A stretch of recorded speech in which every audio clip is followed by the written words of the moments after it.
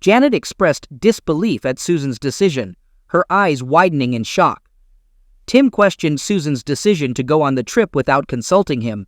He raised concerns about potential issues, especially since Susan would be the only married woman among singles, hinting at the possibility of inappropriate activities among the group in Vegas. Susan responded to Tim, expressing frustration and asserting her need for a break. She mentioned feeling fed up with Tim's perceived Mr. Goody Two-Shoes attitude and emphasized that she wasn't planning to cheat on him. According to her, life with Tim had become dull and lacked excitement. Janet, a longtime friend, warned Susan about the potential consequences of such a trip on her marriage. She advised her to be careful and expressed concern about the possibility of the marriage falling apart. Susan scoffed at the idea of her marriage being passionate, describing her relationship with Tim as far from it. She criticized Tim for being too perfect, claiming that he had never shown true passion for anything in their 22 years together. Janet questioned Susan's bitterness and reminded her of Tim's niceness. Susan acknowledged her love for Tim, but expressed her frustration with his lack of assertiveness and tendency to avoid conflicts. She cited an incident at a New Year's Eve party where Tim walked away from a confrontation instead of standing up for himself. Susan admitted feeling angry and wanting to get away for a while, emphasizing that she needed a break. Janet suggested talking to Tim and trying to make him more assertive, but Susan revealed that she had tried many times without success. Susan explained Tim's belief that violence doesn't solve anything, causing her frustration. Despite forcing a smile, Susan hinted at the idea of what happens in Vegas staying in Vegas, leaving Janet uneasy about her friend's emotional state.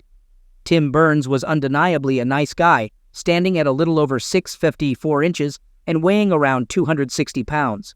He maintained his trim and fit physique through early morning runs and regular workouts. His journey into adulthood began with joining the U.S. Navy straight out of high school, serving for 4 years to pave the way for his dream admission to university.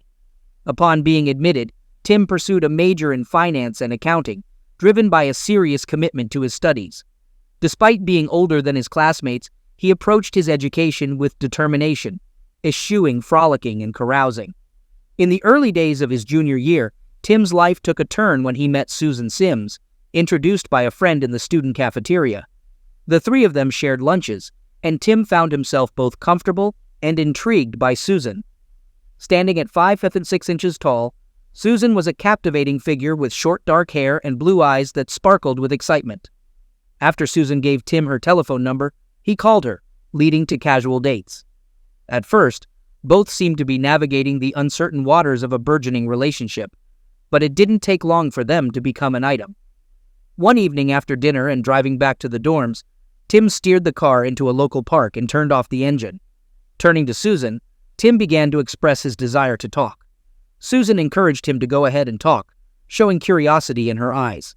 Tim, in a somewhat hesitant manner, explained that they had been dating for a few months and felt the need to share his feelings with Susan. He confessed his love for her and expressed his desire to marry her.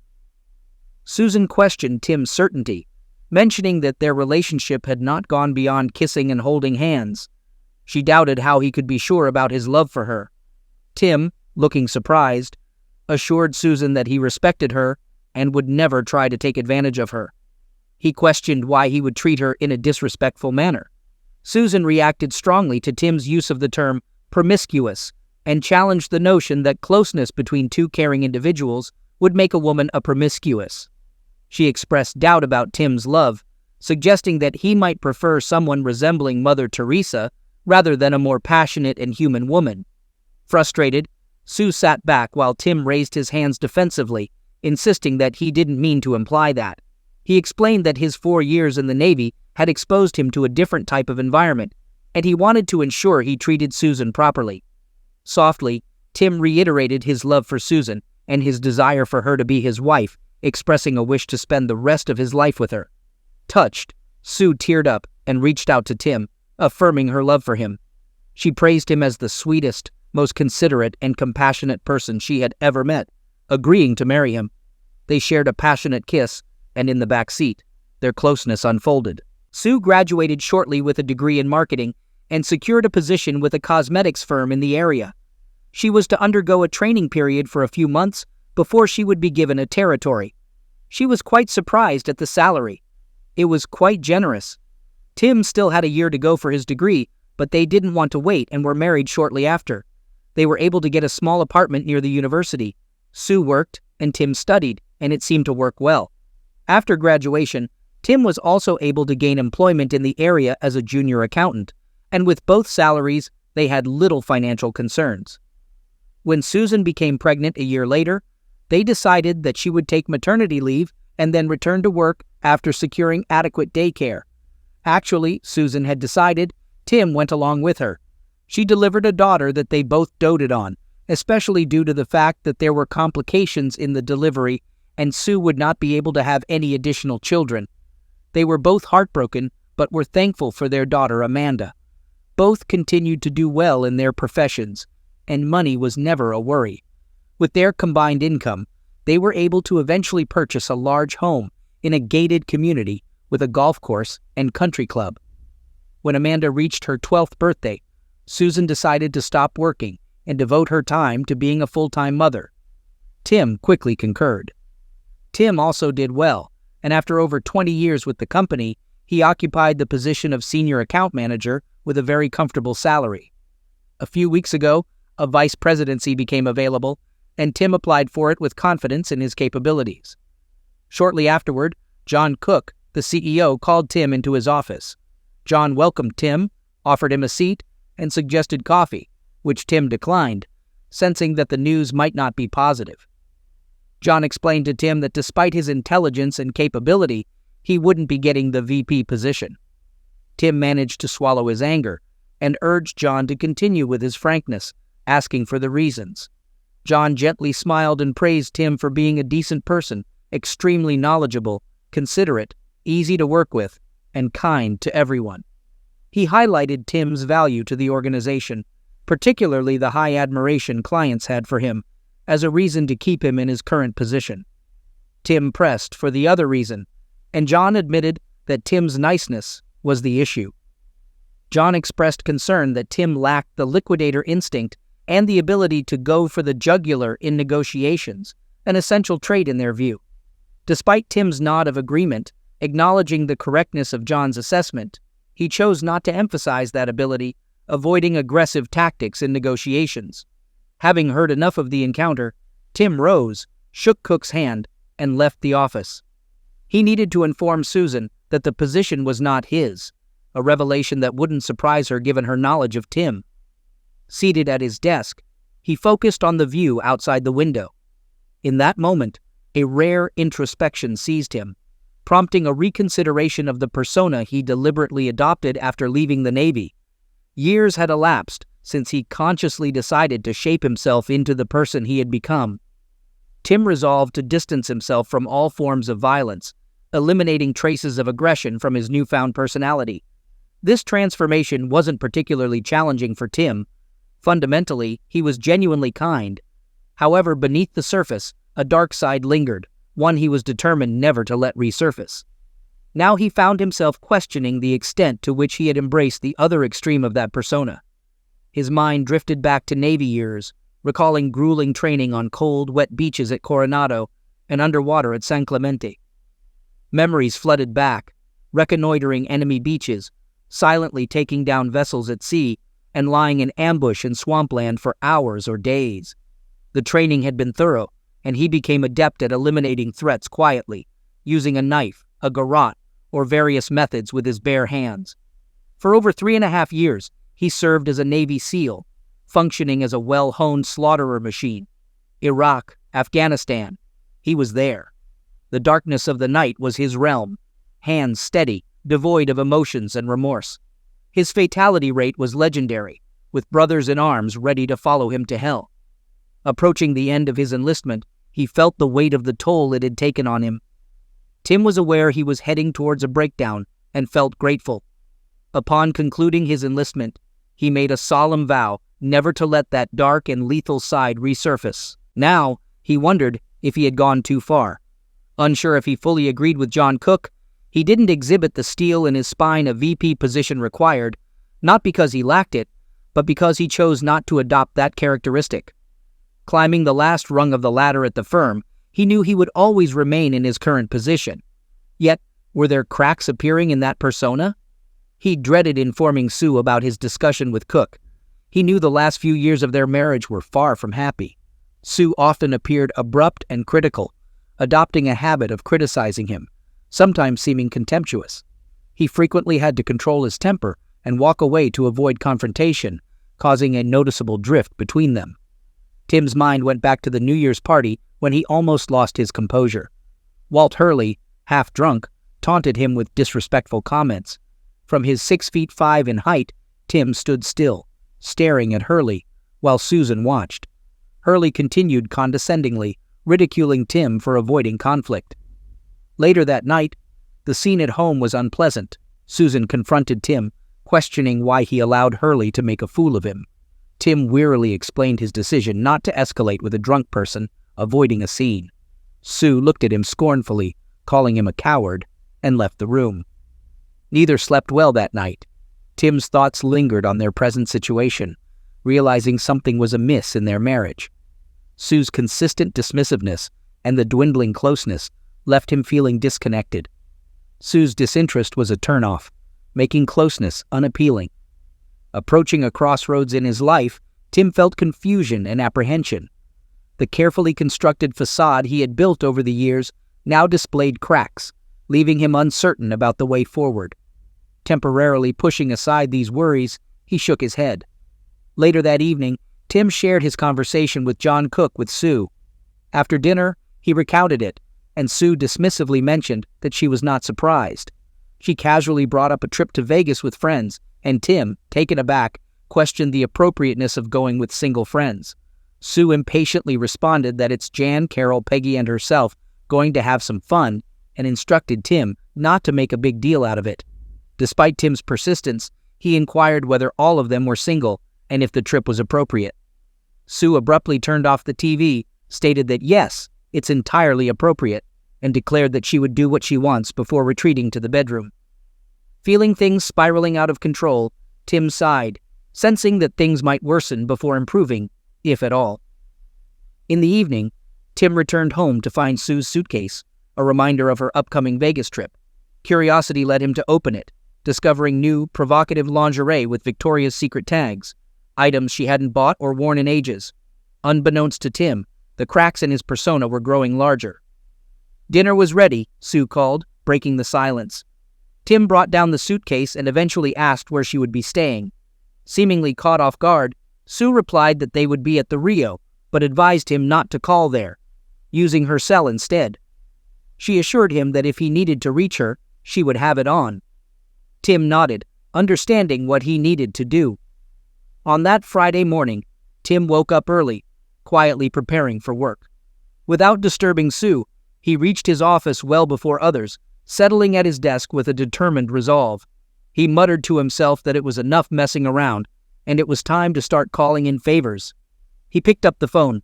A female voice at the Venetian answered, asking how she could direct his call. Tim requested Ron Smith, and the voice mentioned uncertainty about whether the chief was in yet, offering to take a message. Tim insisted they try calling him anyway. The phone was answered after just one ring. A deep voice responded with, "Smith." Tim spoke softly into the handset, informing Smith of the details of his situation. There was a brief pause, and then Smith greeted Tim, acknowledging that it had been quite a few years, and asking how he was. Tim replied that he needed a favor, and provided Smith with the details. Smith assured Tim, "I don't care what hotel she told you, Tim. We'll find them, and we'll keep you posted. They won't be able to take a piss without us knowing it. I'll be getting back to you periodically." After a moment, Smith added, "I'm sorry, Tim. You deserve better. And remember, anything you need, you just call me. Seals, never forget."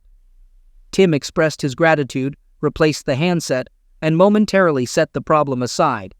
Ron Smith, the chief of security for the Venetian, had strong connections with other hotel security heads in town. Tim had confidence that Ron would deliver on his promise. Tim had spent quite a few hours during the past week considering the course of action he contemplated. He had weighed the negatives and the potential for success, He had made voluminous notes and did spreadsheets. He saw little downside. He was more than confident, and he had made the decision to proceed. Reaching for the phone again, he punched in a long-distance number. A female voice answered, "Corallo Simon." Tim requested Sam Corallo, and the voice mentioned transferring him to Corallo's personal assistant, followed by another female voice answering from Mr. Corallo's office. Tim asked for Mr. Corallo and identified himself as Tim Burns. The response was that Mr. Corallo was not taking calls at the moment, and the person asked for the reason. Tim replied softly, threatening the assistant's job if Sam wasn't on the line in 2 minutes. He instructed her to tell Sam that Tim Burns wanted to speak with him. After a brief silence, Tim heard the phone being placed on a hard surface. It didn't take long before Sam's voice came through, expressing a mix of anger and camaraderie. Sam noted Tim's long absence and jokingly mentioned wanting to slug him. Tim chuckled and explained his corporate climb, acknowledging that he hadn't reached Sam's level. Sam settled down and expressed genuine happiness at hearing from Tim after such a long time. He suggested staying in touch and organizing a reunion with the old gang. Tim detected the emotion in Sam's voice, which touched him. Agreeing with Sam, Tim mentioned the need to organize a reunion, but first requested a favor. Sam assumed it was about money and immediately offered to send some, roaring into the phone. Tim clarified that he didn't know the amount yet and proceeded to outline his plans to Sam Corallo. Tim informed Sam of his need for financial assistance, proposing the establishment of a line of credit for a couple of million at Sam's bank, with the option to draw upon it as needed. Tim mentioned the possibility of additional funding and suggested discussing details such as interest rates and repayment schedules. Sam exploded in a mix of anger and jest, expressing disdain for discussing interest repayment and playfully threatening physical damage. Tim chuckled and assured Sam they would discuss it later, anticipating an in-person meeting within the next couple of months. Sam, in a more serious tone, emphasized his gratitude, acknowledging that if it weren't for Tim, he wouldn't be where he is. He pledged his support, reminding Tim to call him for anything. They quickly finalized the financial details and concluded the call with promises to meet soon. Tim, realizing much of the morning had passed, summoned Pam, his secretary, and asked her to have a seat. He acknowledged her qualifications and experience, recalling their initial interview, where he perceived her as overqualified due to her master's degree. Tim then proposed a proposition for Pam, asking her to relax and listen to his explanation. In Vegas, Sue and Janet, appearing a bit worn out and bleary-eyed, sat down for a late breakfast the next morning.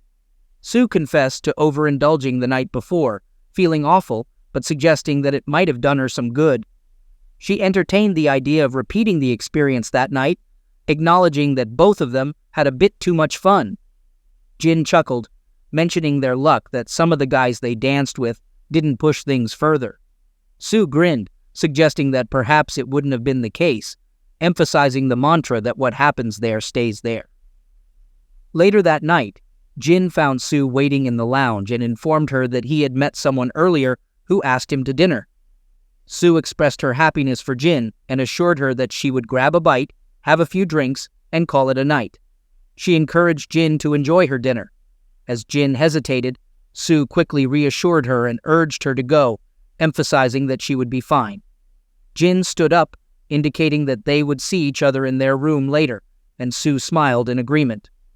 After observing Jin leave the lounge and enter the lobby, Walt Hurley turned to Sue, expressing sincere apologies and assuring her that he was genuinely sorry.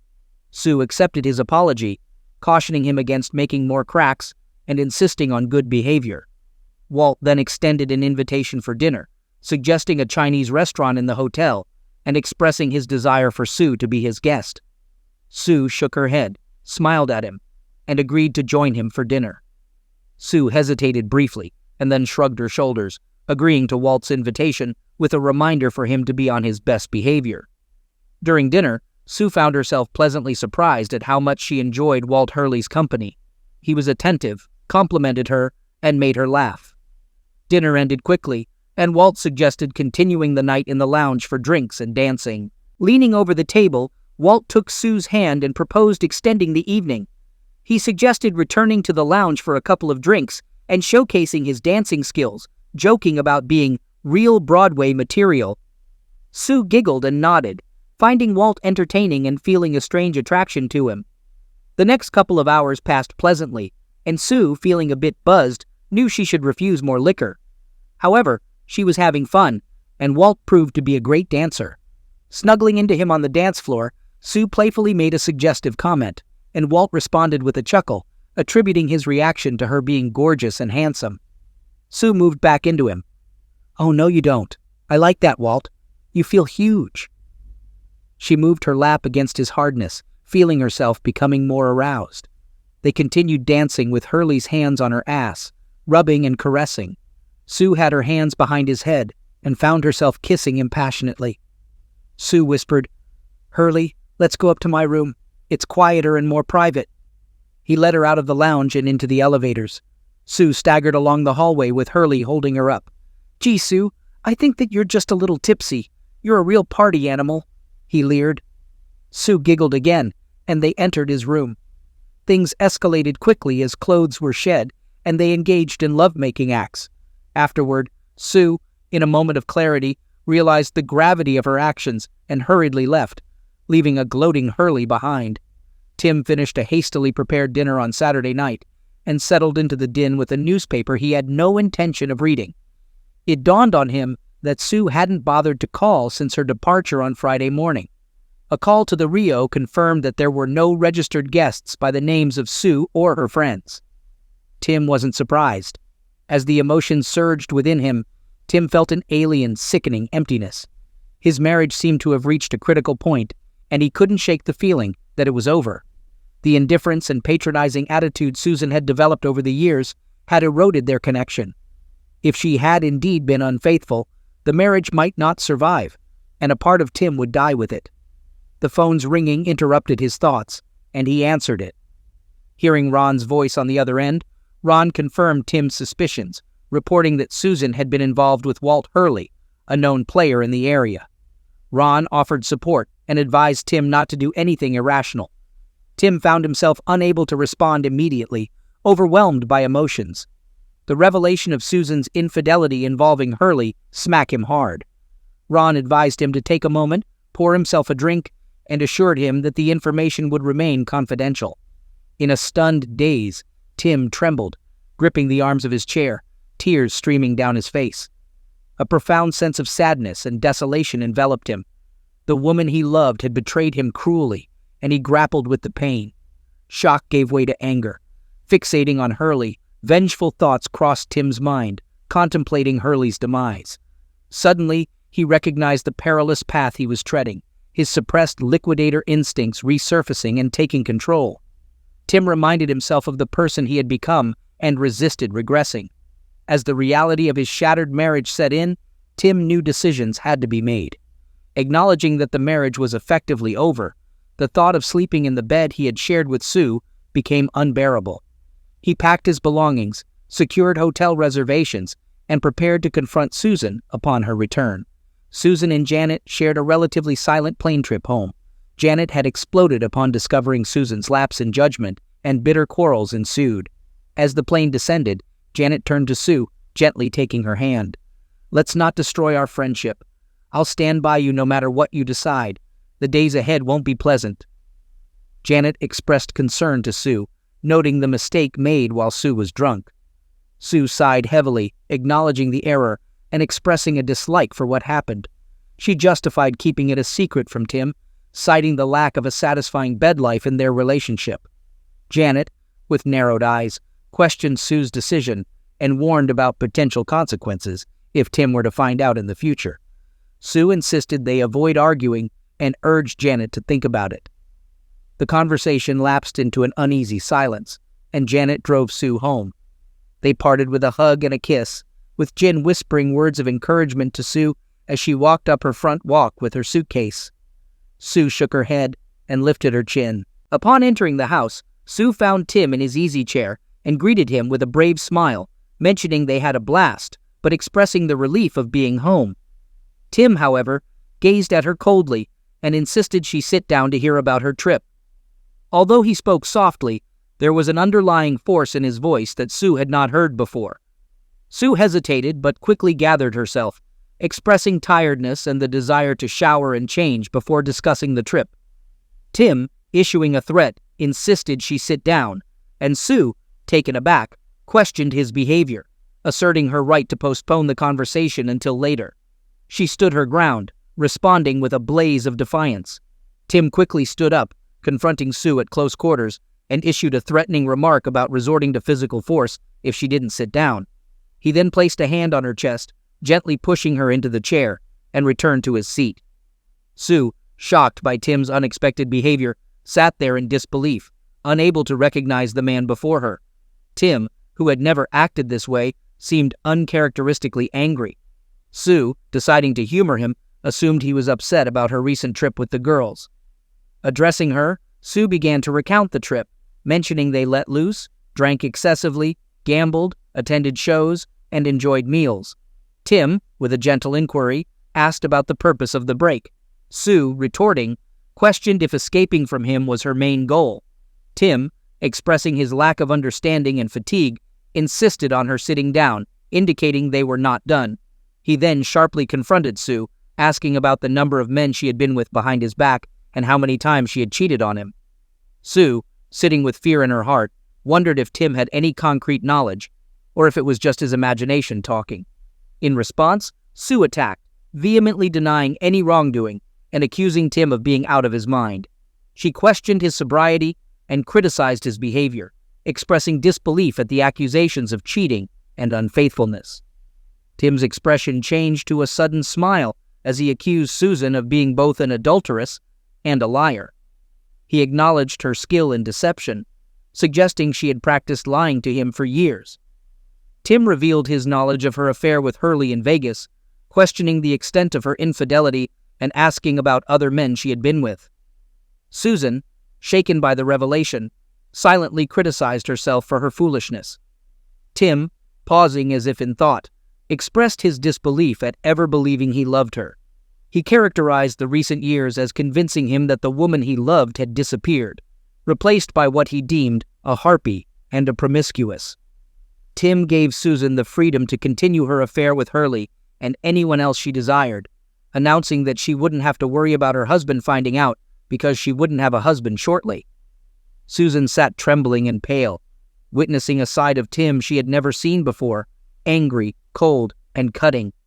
Pleading with Tim, Susan admitted her mistake, swearing that it was the only time she had been unfaithful and that it wasn't intentional. Tears streamed down her face as she implored him to listen. Tim, eyeing her with disgust, detailed his reasons for ending the relationship, citing disloyalty and a lack of respect and consideration over the past couple of years. He emphasized the importance of loyalty and trust in a relationship and concluded that their marriage could not survive without them. "You know the real issue, Susan," Tim continued coldly. "You started to conflate manliness with machismo. Your idea of what a man should be clashed with reality. I had repeatedly emphasized that a loud voice, a boastful demeanor, and muscles weren't the qualities defining true manhood. I also stressed that violence was seldom the solution to a problem, but you deemed me weak and timid. You forgot that a real man doesn't need to brag or belittle others. A real man carries a sense of responsibility, an obligation to his loved ones. A real man protects and provides for his family."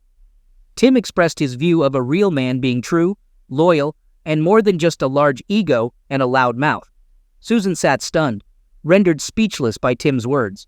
Despite Susan's plea, Tim snapped at her to shut up, expressing that he had already moved most of his belongings out. He advised her to find an attorney for the impending divorce, mentioning that he had taken care of most recent purchases, which were decisions Susan had made. He suggested she find gainful employment and warned about the consequences if she brought men to the house, linking it to the agreed-upon alimony. Tim offered to provide for her if she didn't fight him, but with the condition regarding the house. He threatened to use pictures he had of her and Hurley if she contested the divorce. Tim rose with a sense of sadness and regret, lamenting the lost opportunity of growing old together. He left the house and Susan's life. The following months passed quickly for Tim, focusing on powering up his business and being grateful for Pam's presence in her new role as Director of Human Resources. Her tireless efforts and expertise were invaluable. It wasn't long before they had a core group on board and tentative interest from many potential clients. The divorce proceeded smoothly, and despite numerous attempts by Sue to contact him, attempts he rebuffed, it only took a few months for it to become final. Tim had spoken to his daughter Amanda many times since the day he moved out. She kept reminding him that her mother was distraught and eager to do anything for a reconciliation. Tim patiently explained to her that it was out of the question until finally she gave up trying. Tim promised to keep in touch with her and remembered to call her every week. Tim was in his office when a messenger left a large brown envelope with Kim, his new secretary. "Tim, you have a FedEx delivery from Doug Klein. Shall I bring it in?" she asked through the intercom. Tim knew what it was. His attorney had phoned the day before. He felt a chill run through him and told Kim to bring it in after she left. He sat and just looked at the envelope, not opening it, not touching it. It contained the final documents telling the world that he was now a single man, that he was no longer married.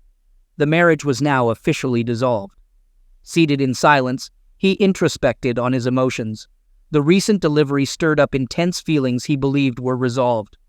A wave of sadness engulfed him, leaving an unfillable void. Recognizing Sue's alienation, he acknowledged his reluctance to address the changes that had affected their relationship. Allowing the coolness to define their connection was a mistake he regretted. Had he been more assertive, the entire mess might have been avoided. Ultimately, it was her decision. She, being a grown woman, understood the consequences of her actions. Tim reasoned that dwelling on the past wouldn't change anything. He needed to focus on the future. Unbeknownst to Tim, Sue received her final divorce papers 2 days after he did. She stared at the unopened envelope on her kitchen table, anticipating its contents. Her face sagged, tears welled up, but she fought to compose herself. Accepting the demise of her marriage remained a struggle. She loved Tim and acknowledged her role in the situation, but felt helpless. Tim hadn't forgotten Walter Hurley. A couple of months post-divorce, he decided to start frequenting the bar Hurley occasionally visited, within walking distance of his office. A few weeks passed, and one early evening, Tim could hear loud and raucous voices from the side room. He recognized Hurley's arrogant tone. "Hell, I've been involved with half a dozen married broads the last few months. They're all promiscuous when it comes right down to it," he laughed, surrounded by his entourage. Tim moved to the entrance of the room and looked in. Hurley noticed Tim, leering with glee. Well, looky here. How's it going, Timmy? Susie finally kicked your bum out, did she? Guess you couldn't measure up after me, could you?" He laughed obscenely. "Why do you think any woman would desire someone like you, Walt? A rubber toy would be a better option. I've heard you struggle to get your little weenie up half the time," Tim uttered deliberately, his gaze fixed on his target. "You're a little prick. I'll teach you to respect your betters." Walt roared and charged at Tim. The sequence of events was almost too swift to follow, but suddenly, Hurley found himself thrust back into a table, collapsing under his weight. He rose with fire and hatred, clutching an empty beer bottle, harboring slaughterous intent. "You idiot! I'll eliminate you for that," Hurley muttered. Tim's small smile went unnoticed as Hurley charged again.